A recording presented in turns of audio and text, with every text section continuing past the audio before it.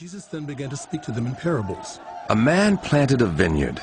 He put a wall around it, dug a pit for the winepress, and built a watchtower.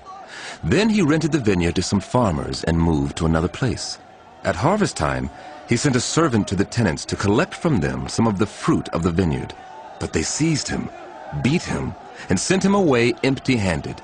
Then he sent another servant to them. They struck this man on the head and treated him shamefully.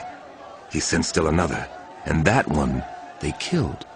He sent many others. Some of them they beat, others they killed. He had one left to send, a son whom he loved. He sent him last of all, saying, "They will respect my son." But the tenants said to one another, "This is the heir. Come, let's kill him, and the inheritance will be ours." So they took him and killed him and threw him out of the vineyard. What then will the owner of the vineyard do? He will come and kill those tenants and give the vineyard to others. Haven't you read this passage of Scripture? The stone the builders rejected has become the cornerstone. The Lord has done this, and it is marvelous in our eyes.